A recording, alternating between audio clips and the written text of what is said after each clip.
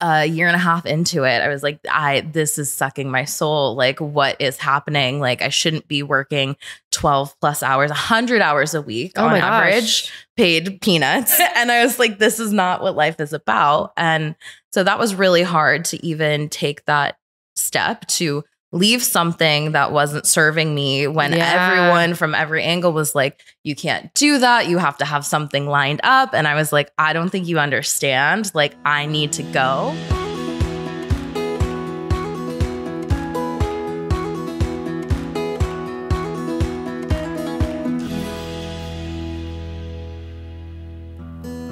I think it's no secret that I love the Little Words Project bracelets. I have about 6 or 7 on my arm, ones that have been given to me, ones I've bought myself. I love giving them as gifts. I think they're so inspirational for me personally. They're nice little reminders throughout my day to have hope, to be, have strength, to be in good energy. I just love the bracelets so much. I love giving them. I love receiving them. And if you want to check them out and you want to give it as a gift or get one for yourself, you can use our code QTC for 15% off your first order.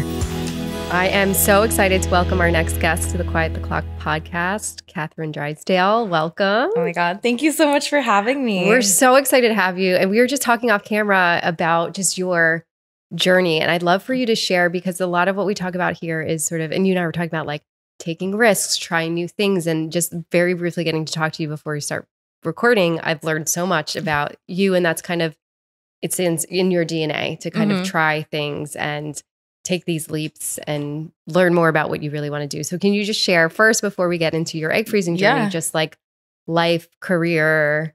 You're a new New Yorker, essentially. You just moved here. So I'm new to New York. I've been here since September, but I'll back it up a little bit more. So I'm a sex and relationship coach, and I've been in the coaching space for about 5 years now, but I fell into that not intentionally. I studied communications in college, and I wanted to work in entertainment. So I did publicity for film. Then I had a mental breakdown while I was in said job. And part of that was like re-triggering from sexual trauma that I experienced in college that I didn't have the tools, the resources to deal with.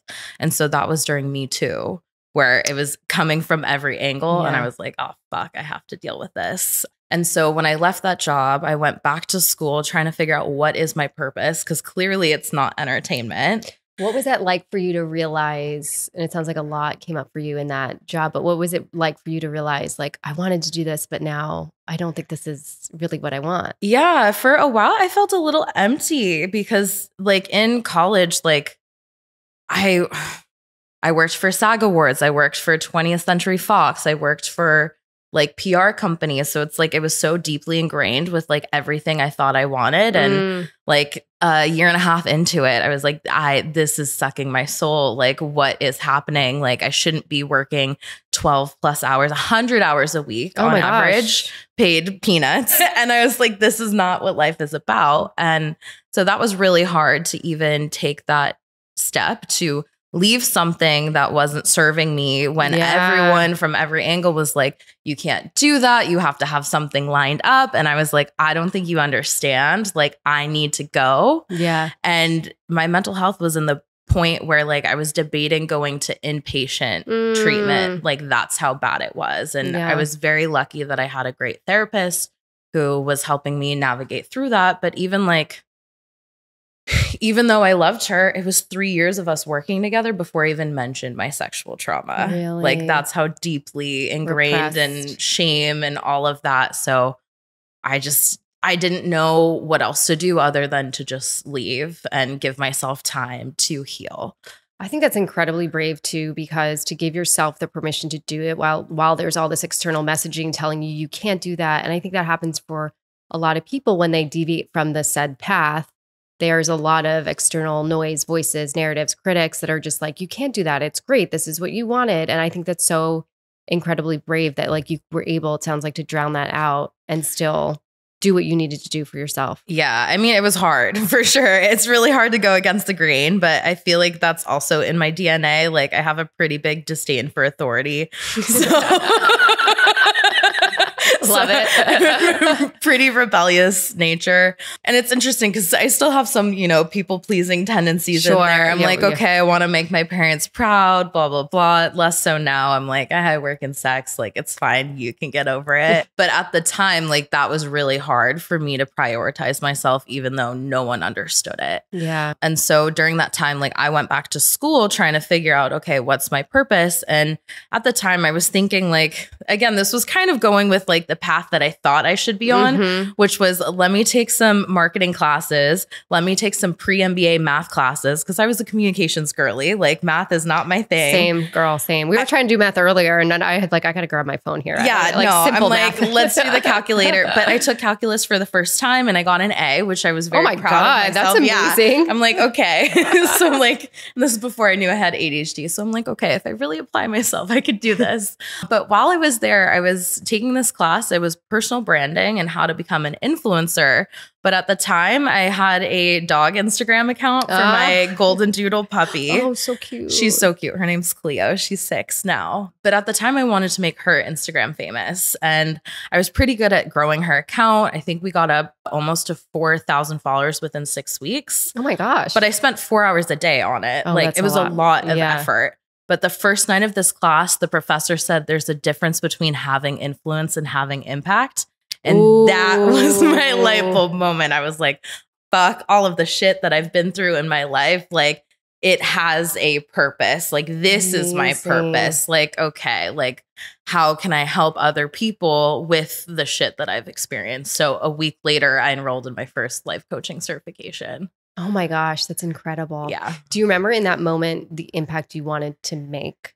Like when the professor said that? At the time, and this is sort of like showing like the evolution of my brand and like coaching too.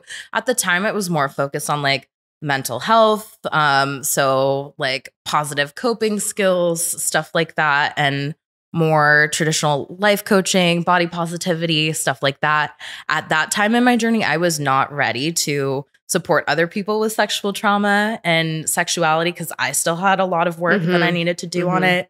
But I had a full circle moment too around the time that I started getting into coaching, where I was invited to speak on my college campus in front of all the frats and sororities to share my story at the campus where it happened. This was like 5 years later, in front of 200 people. And I thought I was going to throw up. I thought I was going to run away, but I did it. I did it. And that was another like catalyst moment to where I'm like, okay, like, it's not just helping people with mental health. It's like, okay, my sexual trauma is such a big part of my journey. Yeah. So how can I help other people navigate this? Oh my God, that's incredible. Yeah. Yeah. How did you go back and share your story in front of so many people at the place where? Yeah, it definitely was hard. It brought up a lot.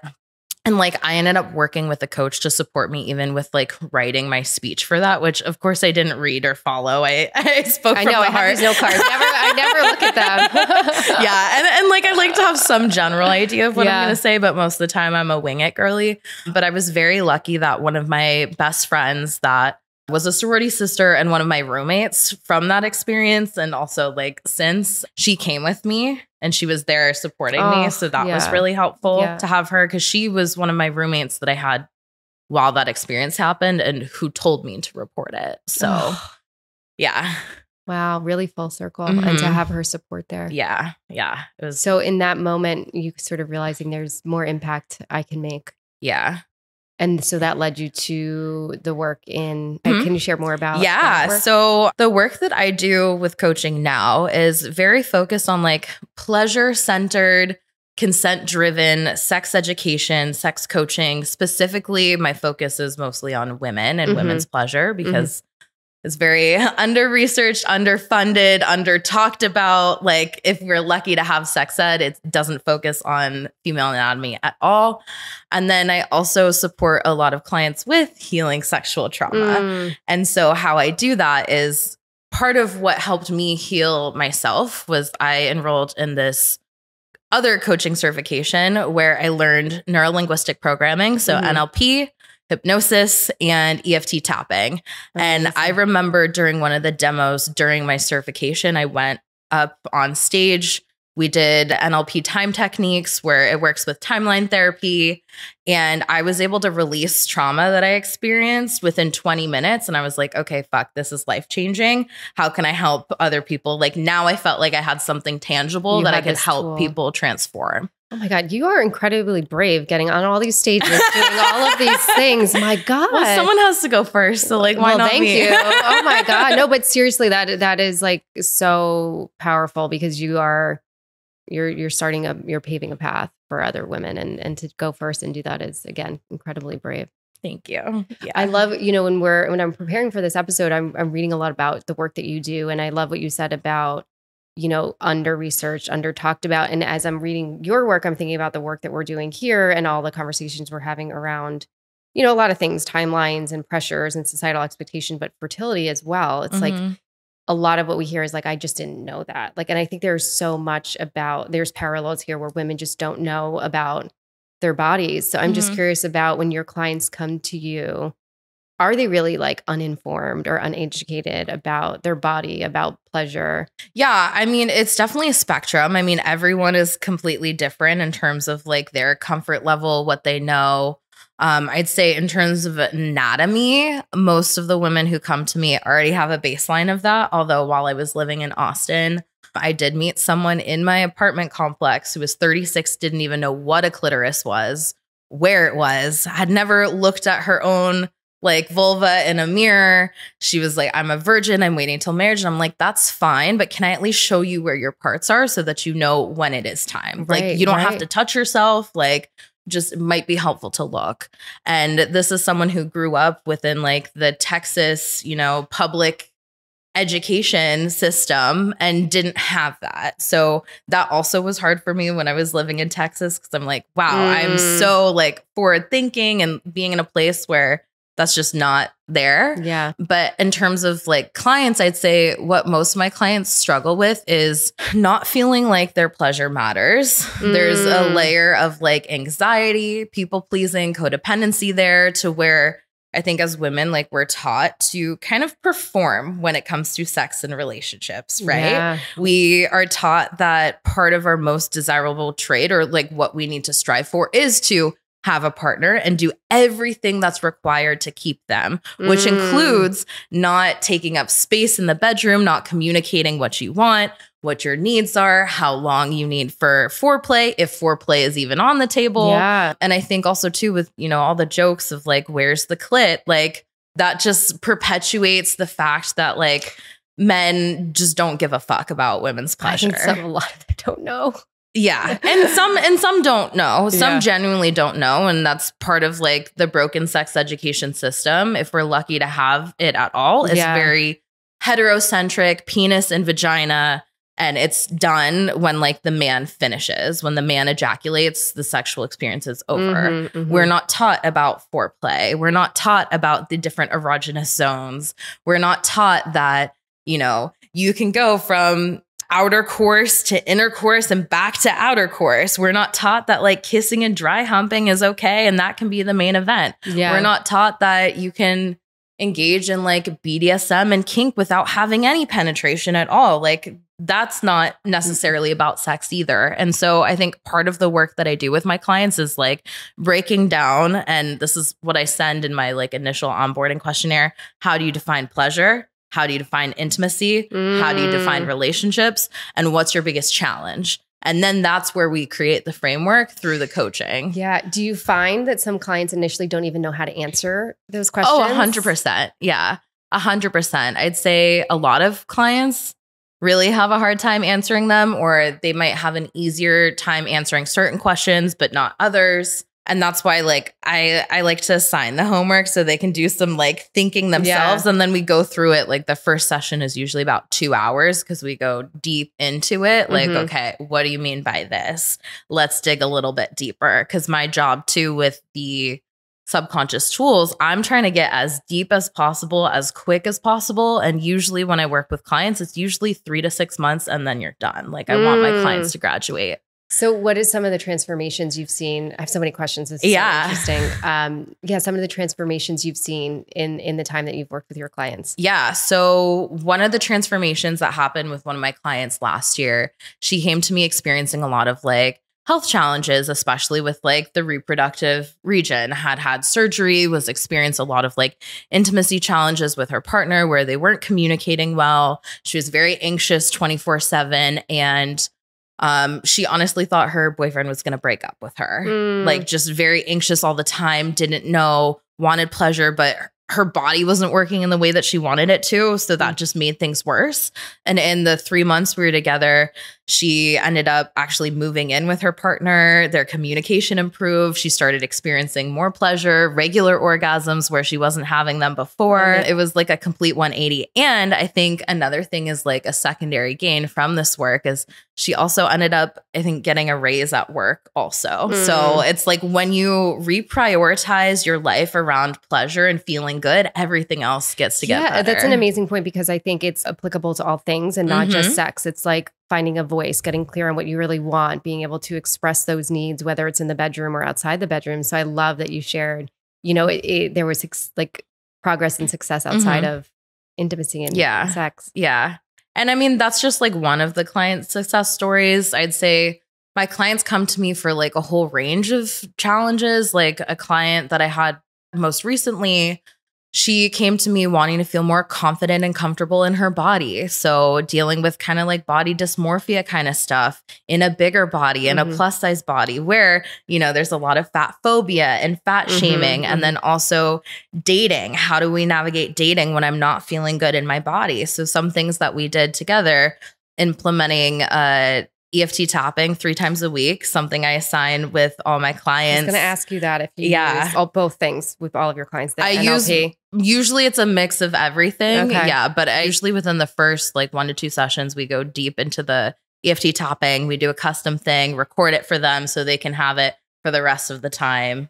Do you find clients are resistant at first to some of the things you're trying to integrate or some of the modalities that you're trying to use? Because I've tried tapping before and I think I didn't do it well, or I think I was resistant to it. I'd say where I get the most resistance with clients is probably with hypnosis. So I don't use it with every client. I'd say with NLP and with EFT tapping, I don't have a lot of resistance with them because they come to me already feeling like, okay, I've been in therapy for this long and like it's not working or I'm not experiencing the transformation that I want. So I think by the time clients come to me, they're kind of like desperate for results. Right. And they're like, okay, I will do anything it takes. And I'm like, okay, you're going to spend probably like an hour to 2 hours doing homework every week. You're going to have like a daily practice. We're going to figure out your self-care. You're going to do this. You're going to do that. So like, yes, there's some little resistance with certain things. Like the mirror work is very challenging for a lot of clients. But in general, I'd say EFT tapping, no.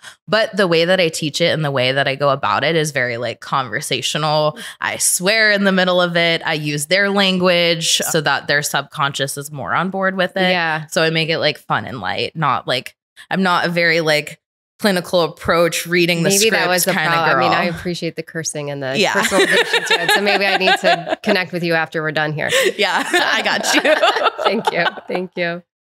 How is it to just think about that moment in when your professor says influence versus impact to now, fast forward with you to where you are now doing this work, and you shared some pretty big news with us off camera, which is so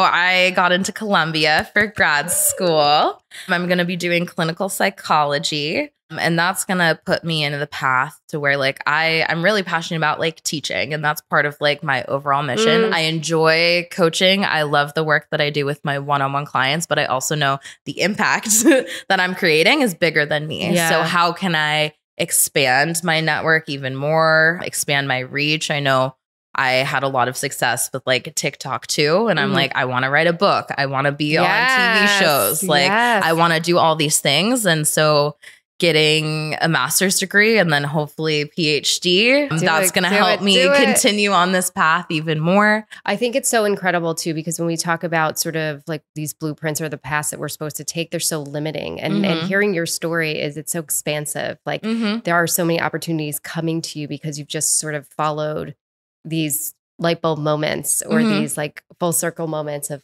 following what was really important to you. Yeah.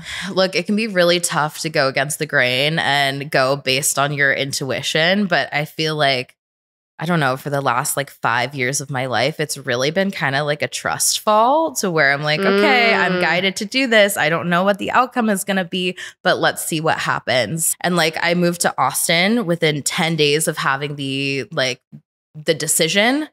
I just packed up my car and I moved. I didn't know a single person. I didn't have a plan.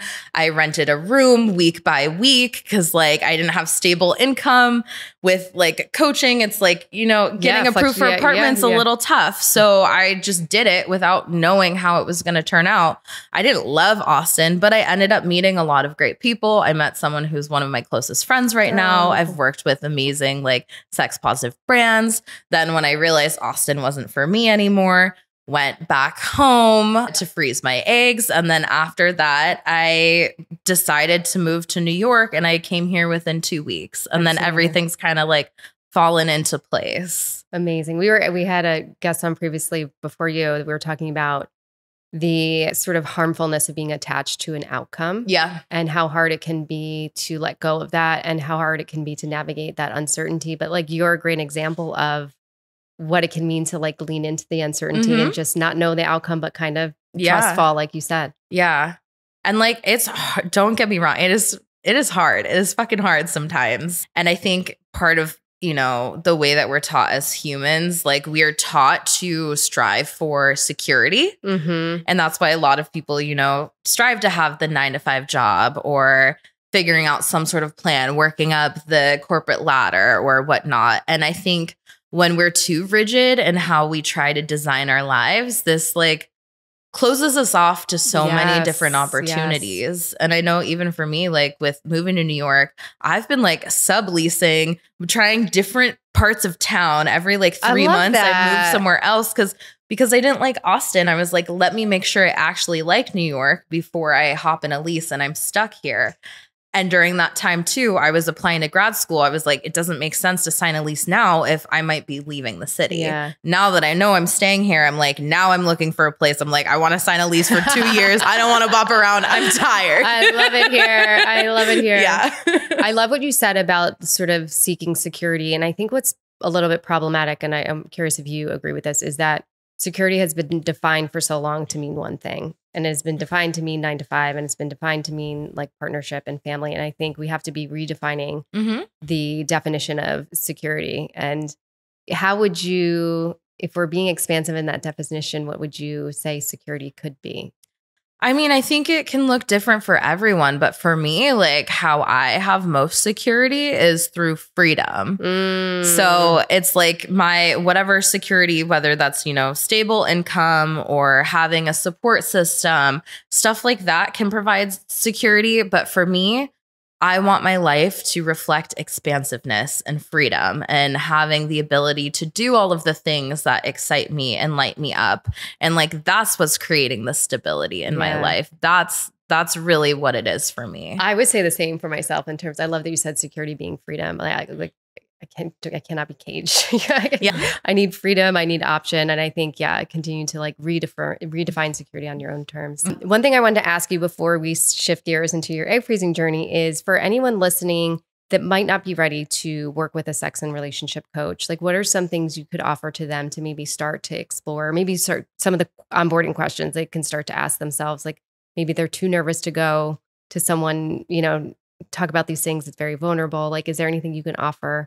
Yeah. I mean, I think to start, number one, start following like sex positive people online, whether that's educators, coaches, whatnot. I know I have a lot of content on TikTok where I try to make these conversations more approachable. So even if you're not ready for coaching, send me a DM with a question and I'll answer it. I'll turn it into content. We can, you know, work through it that way. I think a lot of people too feel like it's scary to take that first step. I know I had a consultation with someone yesterday who experienced like sexual trauma when they were in high school. And they're like, you're the first person that I've talked to about this. And I'm so nervous and like, I'm scared. And I'm like, I hear you. You don't have to be nervous with me. Like, this is a safe space. Like, I'm not judging you. There's not a single thing you'll say that's going to freak me out. Like, I'm here for you. And also, if it's not a fit, it's not a fit. And that's okay. Like, I've definitely turned away clients if it's not a fit. I've referred them to the right practitioner. Sometimes it's like, maybe you're a better fit for therapy right now, and then come back to me when you're ready. So I think just like opening the door to expand your knowledge is step number one. So creating the awareness and maybe thinking about like what is working and what's not working. And I think also asking yourself, how do I want to feel in my relationships, in my body, and in pleasure? And I think that's a good place to start. Yeah, that's amazing. And thank you for offering that those resources and being able to DM you. I think it's so important. And I think it's, there's so much like outside of just the sexual experience of just that you mentioned earlier, like people pleasing, or like I have to keep the partner, like I can't express my needs, I'm going to scare them away. I think those themes come out in so much, even like as we're talking about just dating, you know, and just giving women like sort of the language and the power and the voice to express those things. Yeah. And it's like, it can be so scary to speak up for yourself when it comes to like advocating for your pleasure in the bedroom. And I think one thing about like the orgasm gap stats, which is baffling to me. So like men orgasm 95% of the time, regardless of like whether it's a one night stand or a long-term relationship. Women, so the stat, and here's where a lot of people don't share the full research on this. Tell us everything. It's worse than you think. So they say women only come 65% of the time, but what they leave out of the stat is that's the average percentage of women who come in a relationship 6 months or longer. What? If it's a one night stand, most women in like a heterosexual dynamic only come 10% of the time. Yeah, it's fucked up. That is fucked up. Yeah. Oh my God. So thank you for starting more conversations and doing the work that you're doing, because that is completely imbalanced. Yeah, very imbalanced. And I will say, like, I too, like, even though, yes, I'm very sex positive, I'm very confident now. Like, I didn't used to be. I used to be very uncomfortable talking about, you know, my desires, what I needed. I started having sex when I was 14 and I enjoyed sex and I experimented a lot, but I was just trying to get to the O as quickly as possible. I used sex as stress relief. I used masturbation as stress relief, and I did not communicate my needs at all. Like when my partners would ask me, what are you into? I'd be like, teehee, we'll find out later. And like, that didn't do me any favors. Right. And then fast forward to when I was like 24, 25, I met a partner who was a fuck buddy, because I used to be a fuck girl. Like I used to hate intimacy. No pillow talk. No, I like kissing, but no pillow talk, no cuddling. I could booty call them, but they couldn't booty call me. Otherwise they were kicked off the roster. Like I ran a tight ship. But this one fuck buddy, he one day was like, I want to give you as many orgasms as possible for your birthday. And I was like, okay, cool. And I got up to like 32 within 2 hours, and he didn't come once. And that 32? was 32. Now my average is about 50 every time I'm with a partner. Yeah, it's wild. I'm definitely connecting with you after this. Every woman in this room is connecting with you after this. Yeah, I have a course about multiple orgasms too. FYI. Yes. But yeah, and that experience opened the door to me being more vocal about what I wanted in the bedroom. Because before that, I didn't know that I can have nipple orgasms. I didn't know that I could have orgasms from like kissing my neck and other erogenous zones. I didn't know that men would want to go down on me for like 2 hours or have sex and not care about coming.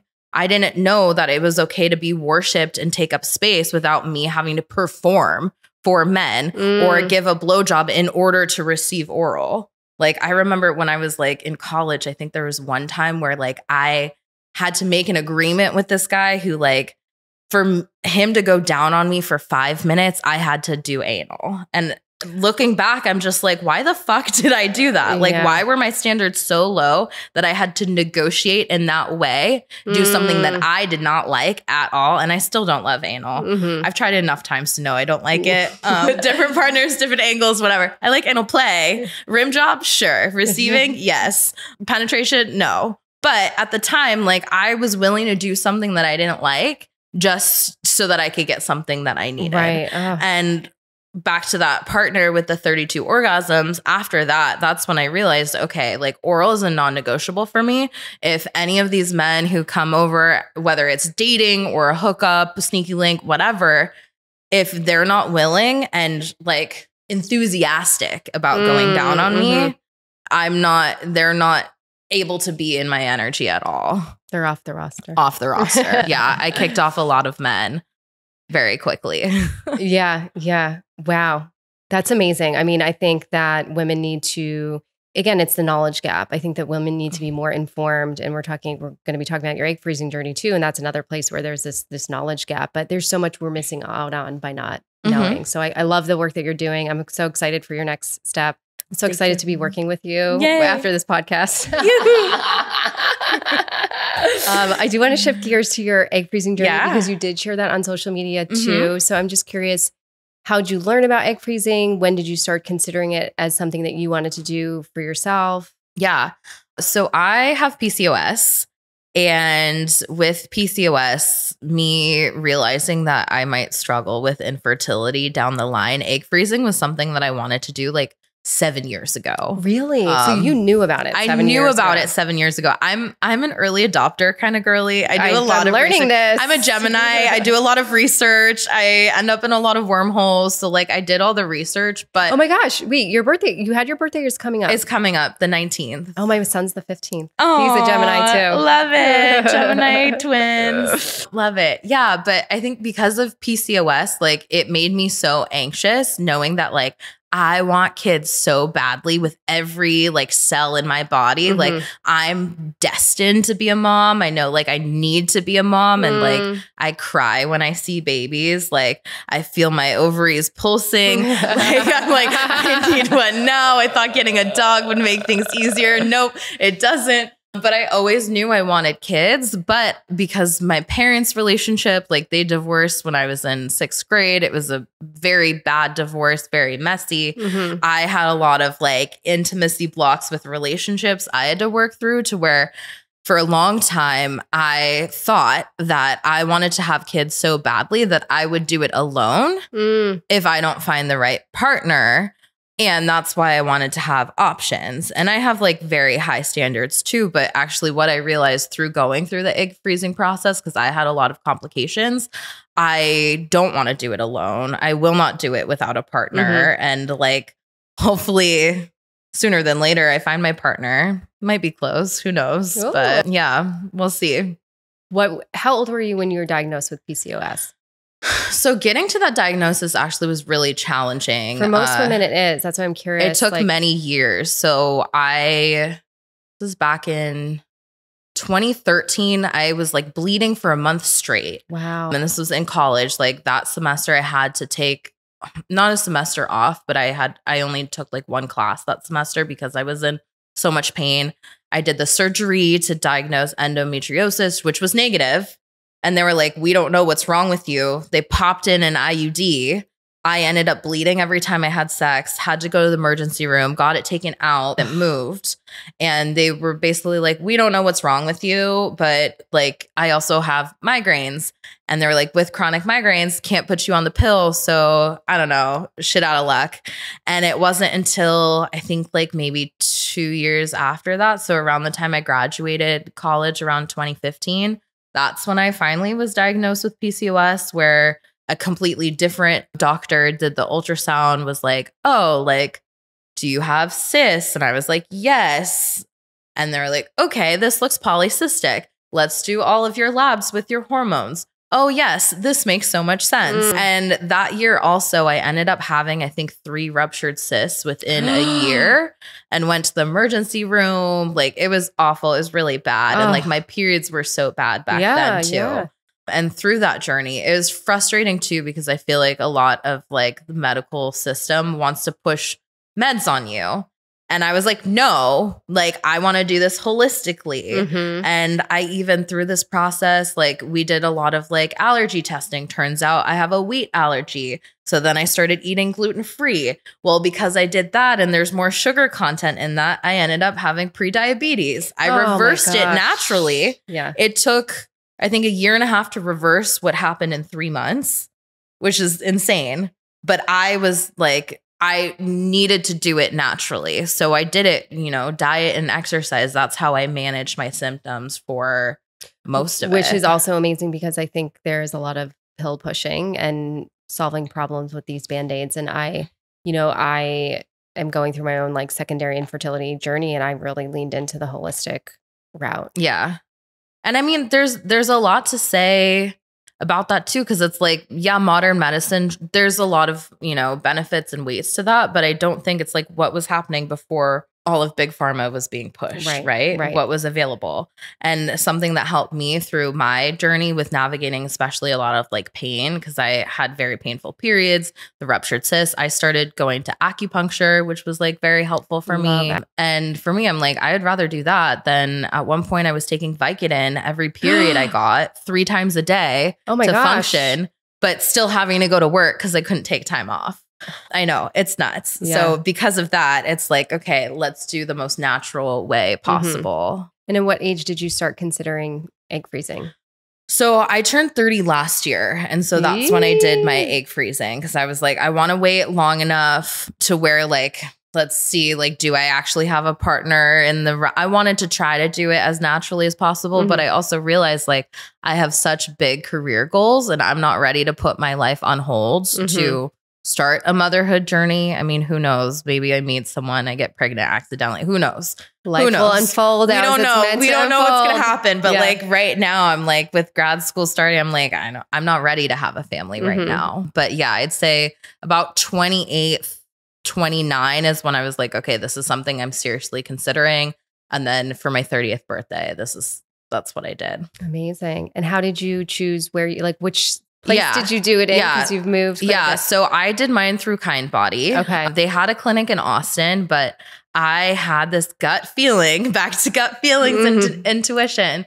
I had this gut feeling that I couldn't do it in Austin because I was very scared with all the reproductive wars that have been going on, that if I went through this process, I wouldn't have access to my eggs. So smart. Yeah. So smart. Which everyone thought I was being paranoid and calling me crazy. And I'm like, no, if I'm going to put my body through this and also have such a big financial investment, like I want to make sure that I have access to my eggs after. And so this is around the time when I also was leaving Austin.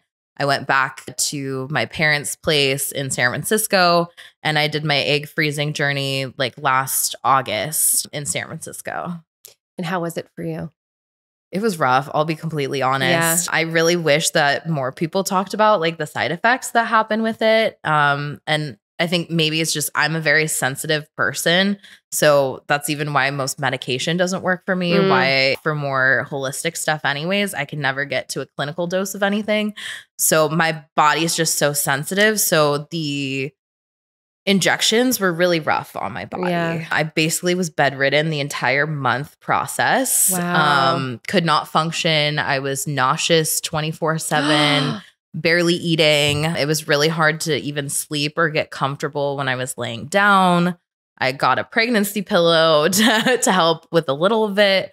And I think also part of these complications, they said, was because of the PCOS.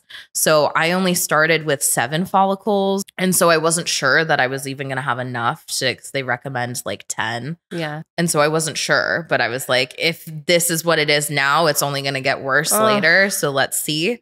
Through that process, I ended up growing 21, which, you know, is great, but that also was hard on my body. And that's why I had such bad side effects, because with PCOS, you're more predisposed to grow more follicles more quickly.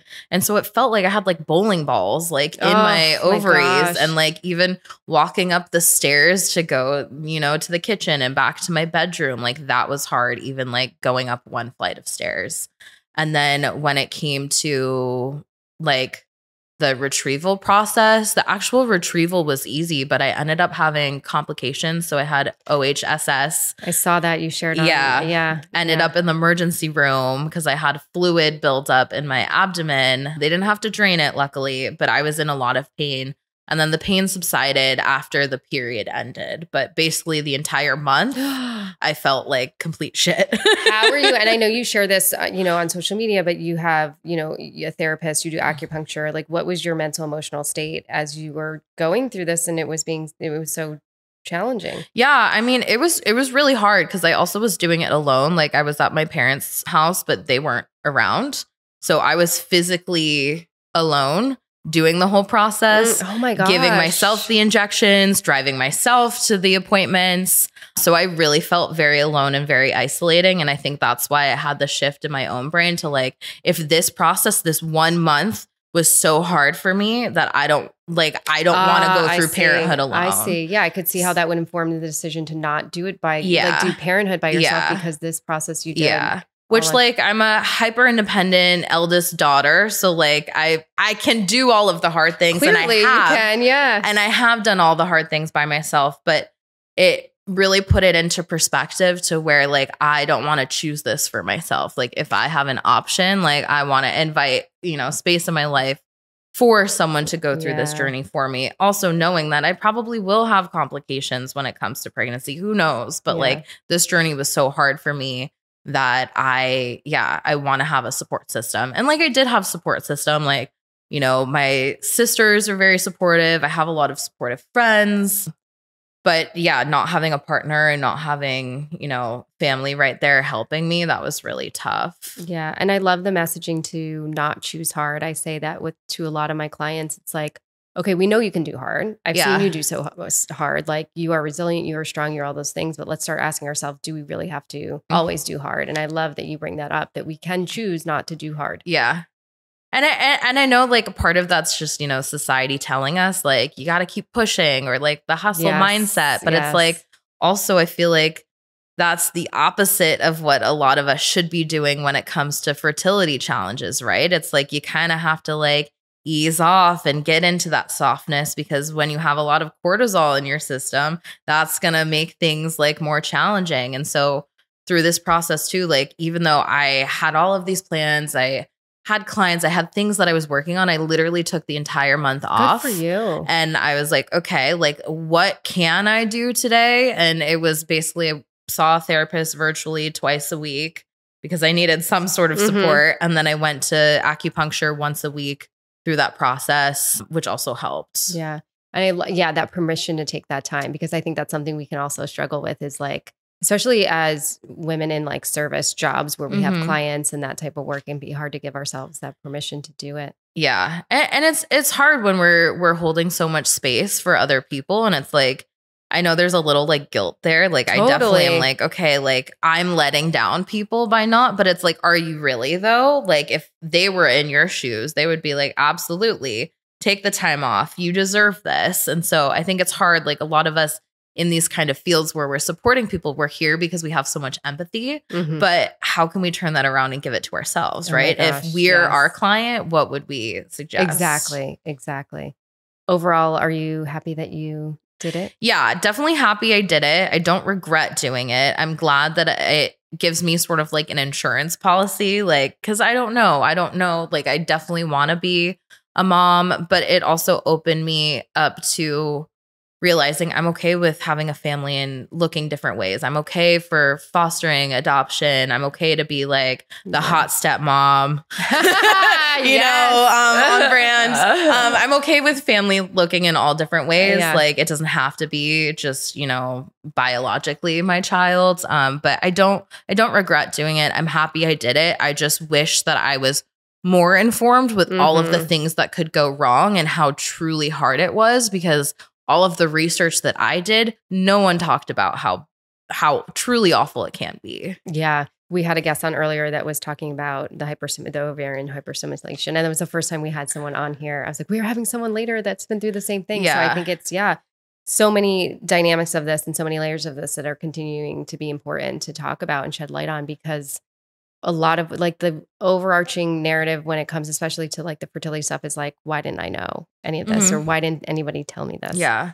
Well, and like the information isn't out there. Right. And I like, as someone who loves research and being well informed, like I did a lot of research before diving into this, and I could not find anywhere where it was like as explicit of like what happens when things go wrong, you know? And I think there is a lot of information out on like if it doesn't take, or if you don't have enough eggs or stuff like that, but not like the side effects and what happens with your actual body. And that's where I feel like I was misinformed completely, because even working with the Kind Body, which like I loved working with them, they were great. I feel like they were downplaying the side effects that were happening, or they were like, okay, well, it should only be for this long. And it's just like, but no, this isn't what it is. Well, and it's so hard. It's like, you know this in your work too. My work too is like everybody's different. Everybody's body is different. Everybody's narratives are different. Like it has to be more person-centered work. And I think that's part of the gap that has to be filled there, is that it needs to be more personalized and person-centered to each person. Yeah. Okay. One last question before we wrap up. Yeah. I could talk to you forever, and I'm going to talk to you more after this. Amazing. So you're about to turn 31. How are you feeling about that? And I feel like I have a sense of, what you might say based on all you've shared here today is, are you subscribing to any timelines? Are you feeling, not at all. Yeah. I don't know. I feel like I felt internal pressure coming into 30. I feel like between 28 and 30, I was like, fuck, I need to find a partner. Like my clock's ticking. Like I have to do this. Like, why don't I have my person? And I think part of that stress was also happening because I also want like non-traditional relationship style. I'm someone who prefers to date non-monogamously. I want like a monogamish type relationship, open relationship where like I still want the family, the kids, the house, but also, to date or play with other people. And I know that also based on who I am, the type of person I am, how public I am, I'm not for everyone. So it's not just about finding like the person. I also believe that we don't have just one person. There's multiple people out there. But I think because of that, I was putting so much pressure on myself when it's like, okay, like, why does it have to happen this way? And I think freezing my eggs allowed me, and turning 30 allowed me to like kind of breathe, be like, okay, but like, who said this had to happen?